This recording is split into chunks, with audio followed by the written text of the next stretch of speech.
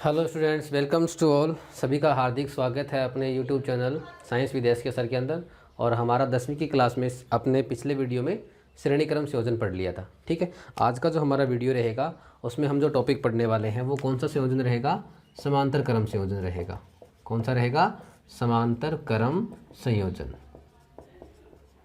ठीक है, समांतर क्रम संयोजन क्या होता है? तो समांतर क्रम संयोजन को अपन इंग्लिश में क्या बोलते हैं? पैरेलल कॉम्बिनेशन बोलते हैं। क्या बोलते हैं? Parallel combination. हमें कैसे पता चलता है कि कोई भी संयोजन जो है वो श्रेणी क्रम है या संयोजन है? तो श्रेणी क्रम में तो अपन ने क्या कहा था कि कोई भी तार होता है, उसका दूसरा सिरा होगा वो दूसरे तार के पहले सिरे से, और दूसरे तार का दूसरा सिरा तीसरे तार के पहले सिरे से अगर एक श्रेणी में व्यवस्थित हो तो क्या होता है? वो श्रेणी क्रम संयोजन। यहाँ हमारे पास कौन सा है? समांतर क्रम संयोजन। तो कैसे पता चलेगा? मान लेते हैं कि हमारे पास तीन तार हैं। क्या है हमारे पास? तीन तार रखे हुए हैं। ये पहला तार है और इस पहले तार का जो प्रतिरोध है वो हमारे पास क्या है? R1 है। ठीक है, ये हमारे पास दूसरा तार है और इस दूसरे तार का जो प्रतिरोध है वो हमारे पास R2 है। और यहाँ पे हमारे पास तीसरा तार है और तीसरे तार का प्रतिरोध जो हमारे पास है वो कितना है? R3 है। मतलब हमारे पास तीन अलग अलग प्रतिरोध के तार रखे हुए हैं। ठीक है, अब अगर देखो किसी भी तार जो होता है उस तार के दो सिरे होते हैं, है ना? किसी तार के कितने सिरे होते हैं? दो सिरे होते हैं। तो इस तार के कितने सिरे भैया? दो सिरे हैं। इस तार के भी कितने सिरे हैं? दो सिरे हैं। और इस तार के भी कितने सिरे हैं? दो।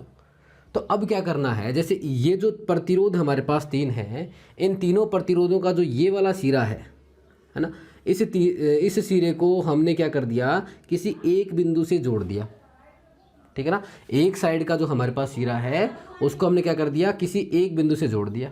और ये इधर वाले जो सिरे हैं इसको हमने क्या कर दिया? किसी दूसरे बिंदु पे जोड़ दिया। ठीक है, मतलब क्या किया हमने? इन तीनों तारों को, जैसे ऐसे मान लो आप, ये हमारे पास तीन तार है ना, एक ब्लू है, एक रेड है और एक कैसा है? ब्लैक है। अब इन तीनों तारों को हमें क्या करना है? समांतर क्रम में करना है। तो हम क्या करेंगे? इन तीनों तारों को आपने ऐसे रखा हुआ है एक बार। ठीक है, तो अब क्या करेंगे? ये जो तार हैं हमारे पास तीनों, उन तीनों तारों में से ये एक साइड का जो सिरा है ना, एक साइड का जो सिरा है, उन तीनों सिरों को हमने क्या कर दिया? किसी एक बिंदु के ऊपर कनेक्ट कर दिया। और इधर जो इस साइड का तो बिंदु है, इस साइड के जो सिरे हैं उसको हमने किसी दूसरे सिरे के बिंदु के ऊपर क्या कर दिया? कनेक्ट कर दिया। मतलब किया क्या आपने? यहाँ पे तार को किसी बिंदु के ऊपर कनेक्ट कर दिया। जैसे मैंने मान लिया कि यहाँ ए बिंदु था और यहाँ पे कौन सा बिंदु मैंने बोल दिया? बी बिंदु। तो एक सिरे को एक बिंदु पे कनेक्ट कर दिया ए पे और दूसरे साइड वाले को बी बिंदु पे कनेक्ट कर दिया। अब क्या हो गया? क्या लगाएंगे भैया? करंट के लिए हमें बैटरी लगानी पड़ेगी और बैटरी को हम दर्शाते हैं, एक बड़ा सिरा होता है एक छोटा सिरा होता है। और यहाँ पे क्या लिखते हैं अपन? वोल्टेज। ठीक है, अपन यहाँ पे कुंजी भी लगा लेते हैं। ठीक है ना? कुंजी यहाँ पे क्या करती है? इसमें धारा को प्रवाहित करने का काम करती है। अगर कुंजी नहीं लगी होगी तो धारा नहीं बहेगी। और आपने अगर देखो ये तो कुंजी लगी भी नहीं है तो धारा नहीं बह रही, और ये आपने कुंजी लगा दी, इसका मतलब क्या होगा? इसके अंदर धारा बहती है। ठीक है, तो यहाँ पे हमारे पास जो डायग्राम दिख रहा है उसके अंदर सारे के सारे ये तीनों जो प्रतिरोध हैं वो किसके अंदर हैं? समांतर क्रम में है।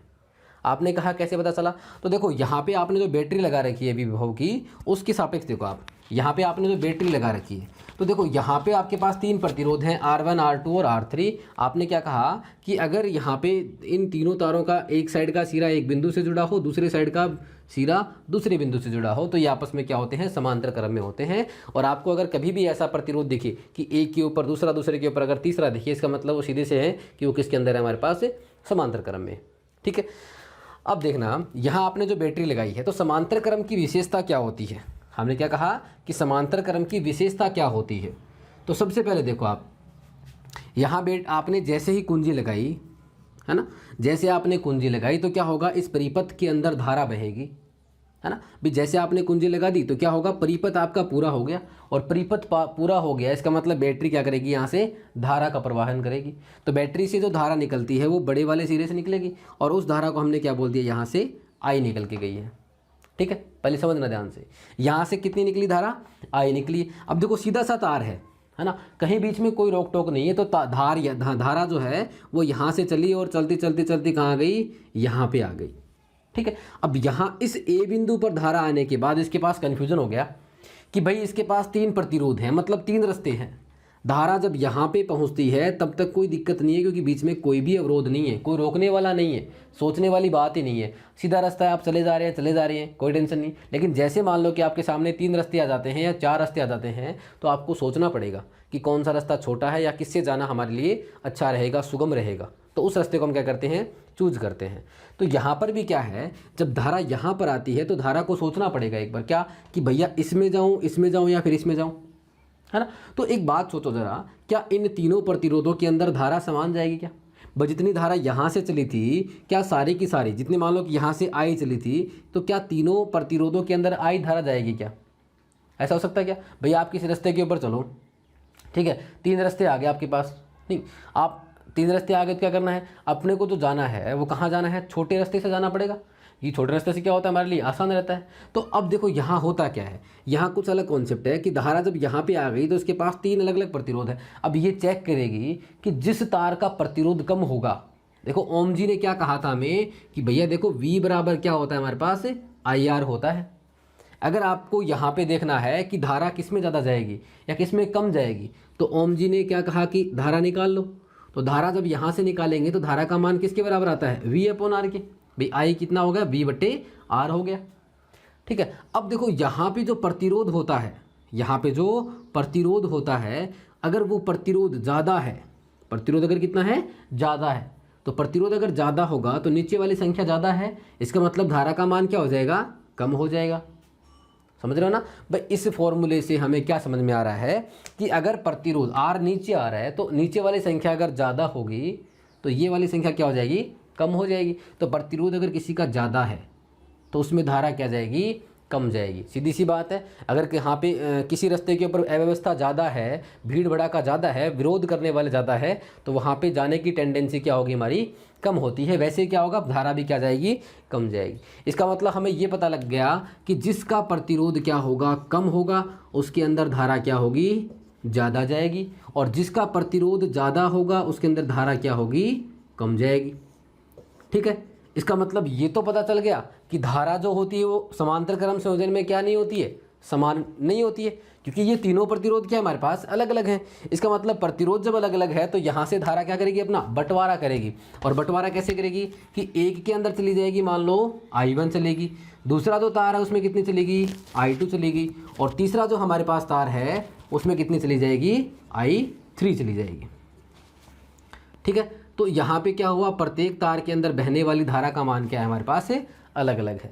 तो समांतर क्रम संयोजन में क्या अलग अलग होता है, प्रत्येक प्रतिरोध में बहने वाली या प्रत्येक तार में बहने वाली धारा का मान क्या होता है, हमारे पास अलग अलग होता है। ठीक है, तो भैया देखो एक बात बताओ जरा मुझे कि ये जो प्रतिरोध समांतर क्रम में लगे हुए हैं, क्या इन प्रतिरोधों के अंदर धारा का मान समान था क्या? आपका आंसर क्या होगा, नहीं, क्योंकि सब में धारा क्या जा रही है, अलग अलग जा रही है। सबका प्रतिरोध भी क्या है, अलग अलग है। तो प्रतिरोध भी अलग है और धारा का मान भी अलग है। इसका मतलब क्या होगा, देखो यहाँ पे, यहाँ आपने जो बैटरी लगा रखी है पूरे परिपथ के ऊपर, कितने वोल्ट की, V वोल्ट की, तो इस तार के ऊपर जो R1 तार है इसके ऊपर और R2 तार के ऊपर और R3 तार के ऊपर टोटल पोटेंशियल कितना होगा, V होगा। पूरा विभव कितना होगा, V। मतलब अगर आप R1 का विभव देखना चाहोगे तार के ऊपर तो भी कितना लगेगा, V विभव, और R2 तार पे भी V, और R3 पे भी कितना होगा, V होगा। कुछ इस तरीके से समझिए। यहाँ हमारे पास 3 तार थे ना, आपने क्या कर दिया, तीनों को समांतर क्रम में जोड़ दिया। क्या कर दिया आपने, तीनों को समांतर क्रम में जोड़ दिया। अब इन तीनों तारों को आपने क्या कर दिया, यहाँ एक नीचे बैटरी से जोड़ दिया। क्या कर दिया आपने, यहाँ पे नीचे एक बैटरी से जोड़ दिया। तो जब आप बैटरी लगाओगे, मैंने कहा कि यहाँ पे आपने 10 वोल्टेज की बैटरी लगाई है, तो इस तार के ऊपर भी कितनी लगी है, 10 वोल्टेज लगी है, इसके ऊपर भी कितनी है, 10, और इसके ऊपर भी कितनी है, 10। मतलब समांतर क्रम संयोजन में किसका मान समान रहता है, तो आप क्या कहोगे, विभव का मान समान रहता है। किसका मान है, विभव का मान। तो समांतर क्रम में हमारे पास 2 चीज़ें आ गई, क्या कि प्रत्येक तार में बहने वाली धारा, प्रत्येक तार में बहने वाली धारा कैसी होती है, अलग अलग होती है। क्या होती है, अलग अलग होती है। जबकि क्या होता है, प्रत्येक तार के सिरों पर, क्या कहोगे, जबकि प्रत्येक तार के सिरों पर उत्पन्न विभवांतर का मान क्या होता है, समान होता है। तो समांतर क्रम संयोजन में क्या हो गया, प्रत्येक तार में बहने वाली धारा तो अलग अलग हो जाएगी और प्रत्येक तार के सिरों पर उत्पन्न विभवांतर क्या हो जाएगा, हमारे पास समान हो जाएगा। क्या हो जाएगा, समान। तो इसका मतलब इसके सिरों पर विभवांतर कितना है, v है, इसके सिरों पर भी v है और इसके सिरों पर भी कितना है, v है। ठीक है, तो अब हमें ये देखो विभवांतर का मान हमें पता चल गया, R प्रतिरोध का मान इसने दे रखा है, तो हम यहाँ से क्या निकाल लें कि धारा जो बह रही है वो कितनी बह रही है ना, प्रत्येक प्रतिरोध में धारा कितनी बह रही है।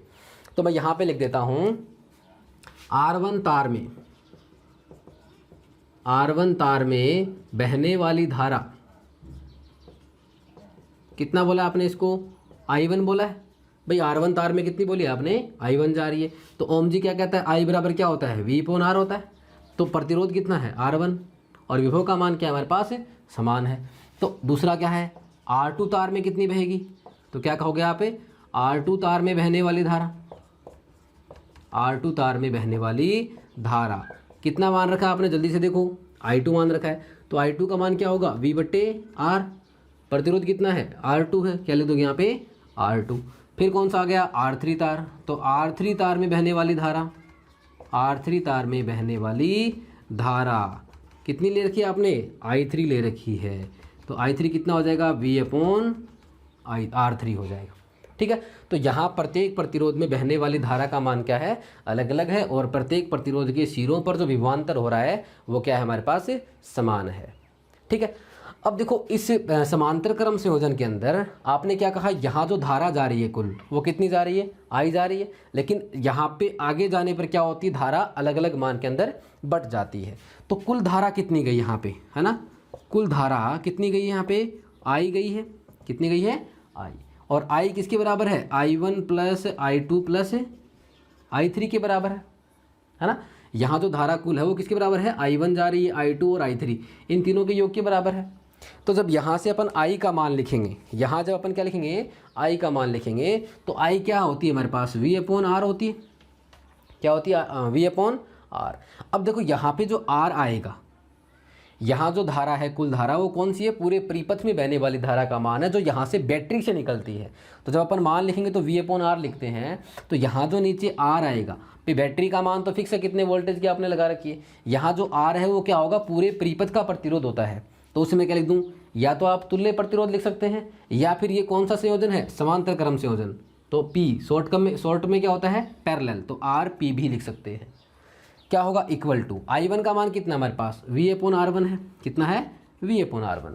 I2 का मान कितना हमारे पास है, V/R2 है, और I3 का मान कितना हमारे पास, V/R3।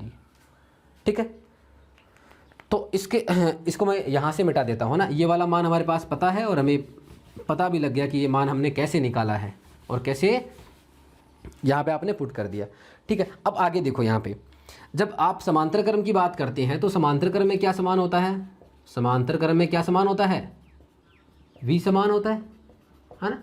प्रत्येक प्रतिरोध के सिरों पर जो विभवांतर उसका मान समान है। इसका मतलब यहाँ से देखो, अगर अपन लिखेंगे तो कुछ ऐसा होगा, V/R पैरेलल इक्वल टू, यहाँ इन सब में क्या कॉमन ले सकते हैं अपन, V कॉमन ले ले, तो V जब कॉमन होगा तो देखो तीनों में से V कॉमन हो जाएगा, और यहाँ अंदर क्या बचेगा, 1/R1 plus 1/R2 plus 1/R3। यहाँ V और V आपस में क्या हो जाएंगे, कैंसिल हो जाएंगे। तो जब अपन पूरे परिपथ का RP तुल्य प्रतिरोध निकालेंगे तो यहाँ पे 1/RP की वैल्यू कितनी आ जाएगी, 1/R1 plus 1/R2 plus 1/R3। ठीक है, तो ये क्या आ गया हमारे पास, समांतर क्रम संयोजन में जो प्रतिरोध होते हैं, समांतर क्रम संयोजन में जो प्रतिरोध होते हैं उनका तुल्य प्रतिरोध 1/RP बराबर क्या हो जाएगा, 1/R1 plus 1/R2 plus 1/R3 हो जाएगा। अगर आप इसको आगे सोल्व करना चाहो तो क्या कर सकते हैं, यहाँ पे लघुत्तम ले सकते हैं R1 R2 R3 का, उसकी हमें आवश्यकता नहीं है। 10th के हिसाब से हमारे लिए इतना ही सफिशिएंट है। अब देखो हमें ये पता लग गया, देखो हमने क्या कंक्लूजन निकाला कि समांतर क्रम संयोजन के अंदर प्रत्येक परिपथ में, प्रत्येक प्रतिरोध में बहने वाली धारा का मान तो अलग अलग होता है, जबकि प्रत्येक प्रतिरोध के सिरों पर जो विभवांतर आएगा उसका मान क्या होता है, समान होता है। ठीक है, अब यहाँ से हमने क्या निकाल लिया कि 1/RP बराबर हो जाएगा 1/R1 plus 1/R2 plus 1/R3। जैसे हमने श्रेणी क्रम में बात की थी कि अगर आपने 10 प्रतिरोध ले लिए तो अगर उसका तुल्य प्रतिरोध चाहिए तो क्या कर दो आप, प्रत्येक परिपथ का जो प्रतिरोध है उसको क्या कर दो, जोड़ दो। लेकिन यहाँ पे क्या होता है कि प्रतिरोध जो होता है तुल्य या समांतर क्रम संयोजन का तुल्य प्रतिरोध जो होता है वो प्रत्येक प्रतिरोध की क्या होता है, व्युत्क्रम के योग के बराबर होता है। भाई R1 प्रतिरोध का व्युत्क्रम R2 का उल्टा और R3 का उल्टा, और उसका क्या हो गया, योग के बराबर हो गया। तो ये कहानी किसकी है हमारे पास, समांतर क्रम संयोजन की है। ठीक है, अब मैं इसको थोड़ा सा मिटा देता हूँ।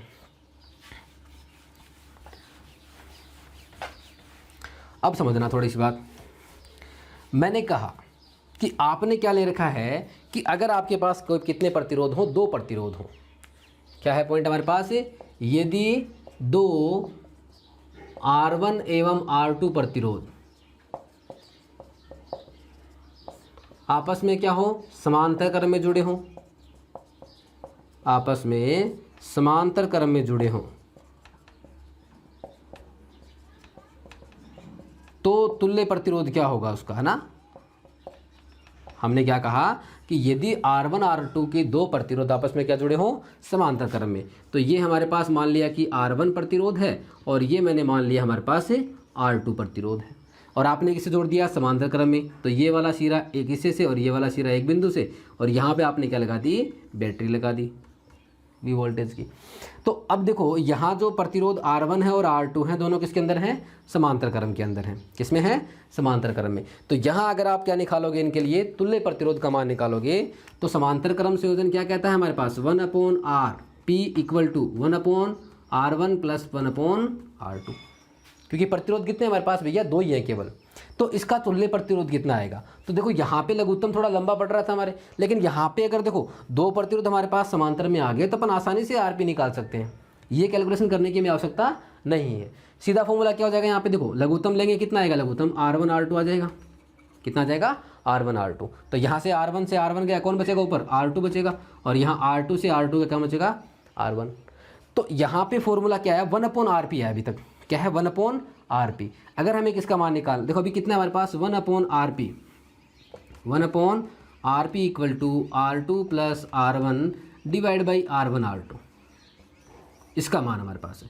यहाँ से अगर मैं क्या निकालता हूँ, तुल्य प्रतिरोध निकालता हूँ, तो तुल्य प्रतिरोध कितना हो जाएगा, यहाँ पे पैरेलल में 2 प्रतिरोध जुड़े हो, तो RP बराबर क्या हो जाएगा, R1 R2 / R1 + R2। ठीक है, तो हम क्या कहेंगे, यदि 2 असमान प्रतिरोध R1 R2 आपस में समांतर क्रम में जुड़े हों तो उसका तुल्य प्रतिरोध क्या होगा, R1 R2 / R1 + R2 के बराबर होता है। तो समांतर क्रम संयोजन आपको समझ में आ गया है, बहुत अच्छे तरीके से आ गया ना। अब एक छोटी सी लास्ट पॉइंट की बात कर लेते हैं। जैसे आपने श्रेणी क्रम में पढ़ा था कि यदि, स्क्रीनशॉट ले लो जल्दी से, आपने श्रेणी क्रम में पढ़ा था यदि n समान प्रतिरोध जो है वो आपस में श्रेणी क्रम में जुड़े हैं तो तुल्य प्रतिरोध कितना होगा ना। तो यहाँ पर भी क्या होगा हमारे पास, यदि क्या हो, n समान प्रतिरोध, यहाँ पे भी एक छोटा सा पॉइंट हम ले लेते हैं। क्या ले लेते हैं कि यदि n समान प्रतिरोध, क्या है हमारे पास, यदि n समान प्रतिरोध के तार या समान प्रतिरोध किसमें जुड़े हों, समांतर क्रम में जुड़े हों, समांतर क्रम में आपस में जुड़े हों, तो भैया क्या बताओ, तुल्य प्रतिरोध बताओ। अरे क्या बताना है, तुल्य प्रतिरोध बताना है। तो आपको तो सर आदत होगी ये पूछने वाली, ये बताओ वो बताओ, है ना। तो देखो यहाँ पे हमारे पास क्या है, श्रेणी क्रम में तो क्या था कि आपने अगर 10 प्रतिरोध जोड़ रखे हैं तो आप 10 को जोड़ दो, तो n × R था। यहाँ पैरेलल है, समांतर, तो RP हो जाएगा, और क्या हो जाएगा, R/n। ये हो जाएगा तुल्य प्रतिरोध किसका, कि यदि n समान प्रतिरोध क्या कर रखे हैं आपने, समांतर क्रम में जोड़ रखे हैं, तो उसका तुल्य प्रतिरोध क्या होगा, R/n के। समझ में नहीं आएगा, चलो बात करते हैं, एग्जाम्पल लेते हैं ना। एक छोटा सा एग्जाम्पल लेते हैं। देखो ये हमारे पास प्रतिरोध R, ये प्रतिरोध R, और ये प्रतिरोध कितना होगा हमारे पास, R हो गया। ठीक है, और हमने इसको जोड़ दिया V वोल्ट की बैटरी से। ठीक है, आपको क्या निकालना है, इसका तुल्य प्रतिरोध निकालना है। क्या निकालना है, तुल्य प्रतिरोध। तो कैसे निकालोगे, अगर आप फॉर्मूले से लेकर जाओगे तो 1/RP = 1/R1 + 1/R2 + 1/R3, कुछ ऐसा लिखने वाले हो। ठीक है, तो यहाँ से अगर आप निकालोगे तो 1/RP = इनका जो प्रतिरोध है वो मैं क्या देता हूँ, R और R। तीनों का प्रतिरोध क्या है, समान है। तो यहाँ से 1/r plus 1/r plus 1/r। तो देखो यहाँ पे सब में r r r है, तो यहाँ पे r क्या हो जाएगा, लघुत्तम हो जाएगा, और ऊपर क्या हो जाएगा, 1 1 और 1, कितना, तीनों जुड़ जाएंगे। तो 1/rp की जो वैल्यू आएगी वो कितनी आएगी, 3/r के बराबर। यहाँ से rp जो निकालेंगे हम वो क्या होगा, r/3 होगा, ये होगा ना, r/3। तो देखो अगर अपन इससे बात करें कि आपने क्या कर रखा है, 3 प्रतिरोध जोड़ रखे हैं समान के, भाई समान प्रतिरोध के 3 तार जोड़ रखे हैं समांतर क्रम में, तो तुल्य प्रतिरोध क्या होगा, r/, कितने जोड़े आपने, 3 जोड़े, तो r/3। अगर आपने 10 जोड़ दिए समान प्रतिरोध के तो r/10 हो जाएगा। तो ये था हमारे पास क्या, समांतर क्रम संयोजन, जिसमें हमने पूरा डिटेल के अंदर स्टडी कर लिया कि समांतर क्रम संयोजन में किसका मान समान होता है, किसका मान असमान होता है, और समांतर क्रम संयोजन में हम तुल्य प्रतिरोध कैसे ज्ञात करते हैं। तो एक छोटे से एग्जाम्पल के साथ वीडियो को ख़त्म करेंगे अपन, और उसके बाद नेक्स्ट वीडियो जो होगा उसमें क्या होगा, न्यूमेरिकल क्वेश्चन होंगे जो एग्जाम में बार बार पूछे जाते हैं। क्वेश्चन ये है कि आपने क्या कर रखा है, एक 2 ओम प्रतिरोध का तार, दूसरा 4 ओम प्रतिरोध का तार, और तीसरा आपने 6 ओम प्रतिरोध का तार। एक तो कर दिया आपने 2 ओम का, दूसरा 4 ओम का, तीसरा कर लेते हैं अपन 8 ओम प्रतिरोध का तार है, वो आपस में क्या कर रखे हैं, समांतर क्रम में जोड़ रखे हैं। और यहाँ आपने लगा दी क्या, बैटरी लगा दी, जो कितने की है, 24 वोल्ट की। कितने की है, 24 वोल्ट की। यहाँ से आपसे क्या क्या क्वेश्चन पूछ सकता है ना। तो पहला क्वेश्चन क्या होगा आपसे कि तुल्य प्रतिरोध बताइए, क्या होगा, परिपथ का तुल्य प्रतिरोध बताइए, ठीक है। दूसरा क्वेश्चन आपसे क्या हो सकता है, पहला तो आपसे क्या होगा, तुल्य प्रतिरोध, दूसरा क्या हो सकता है, परिपथ में बहने वाली धारा, क्या पूछ सकता है, परिपथ में बहने वाली धारा का मान पूछ सकता है, ठीक है। और तीसरा जो क्वेश्चन होगा वो क्या होगा, जो प्रत्येक प्रतिरोध है उसके अंदर बहने वाली धारा का मान पूछ सकता है। तो क्या हो जाएगा, 2 ओम, 4 ओम, 8 ओम में बहने वाली धारा का मान कितना होगा। ये 3 टाइप के क्वेश्चन यहाँ से अपने से पूछ सकता है। तो सोल्व करने का तरीका क्या होगा, सबसे पहले अगर आपके पास श्रेणी क्रम हो चाहे समांतर क्रम हो, सबसे पहला काम क्या करना होता है, हमें तुल्य प्रतिरोध निकालना होता है। तो आप चेक करो, ये तीनों क्या है, समांतर क्रम में है, तो क्या निकालना है, तुल्य प्रतिरोध निकालना है। तो फॉर्मूला क्या लेके आएंगे अपन, 1/rp equal to 1/r1 plus 1/r2 plus 1/r3, ये फॉर्मूला है। इसको अपन r1 मान लो, इसको r2 मान लो, इसको r3 मान लो, किसी को कुछ भी मान लो, कोई फर्क नहीं पड़ने वाला, लेकिन आपको ध्यान रहना चाहिए कि आपने r1 कितना लिया था। देखो यहाँ से अगर अपन सोल्व करते हैं तो 1/r1 का मान कितना हमारे पास है, 2 है, r2 का मान कितना है, 4 है, और r3 का कितना है, 8 है। तो यहाँ से देखो क्या लिखेंगे, 1/rp बराबर, इधर लिख देता हूँ मैं, तो 1/r1 कितना हो गया, 1/2 प्लस 1/r2 कितना हो गया, 1/4 प्लस 1/r3 कितना हो गया, 1/8 हो गया।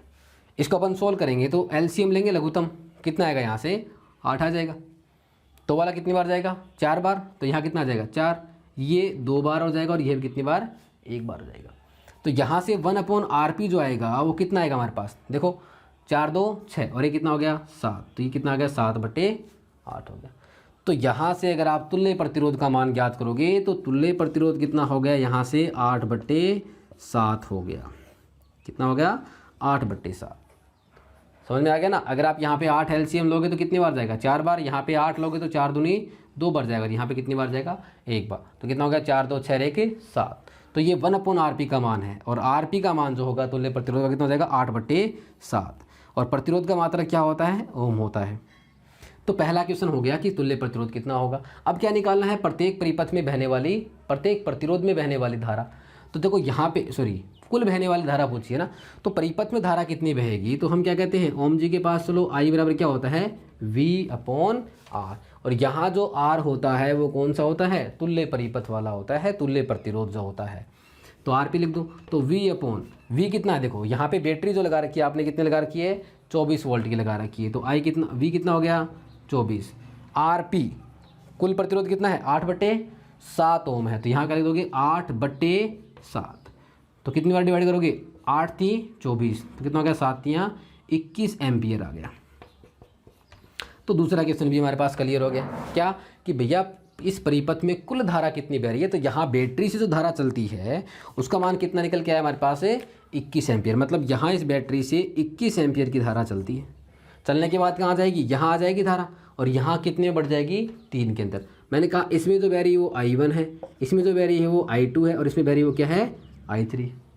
तीसरा क्वेश्चन करते हैं, दूसरा हो गया कि इसमें बहने वाली धारा, तो 2 ओम में कितनी धारा बहेगी, देखो 2 ओम में कितनी बहेगी, I1 है, तो V कितना है हमारे पास, पोटेंशियल पूरे परिपथ का विभव कितना है, 24 है, तो विभव कितना हो गया इसके तार के ऊपर, 24 अपॉन R कितना है इसका, 2 है, तो 24 में से 2 को डिवाइड करेंगे कितना आ गया, 12 एम्पियर आ गया।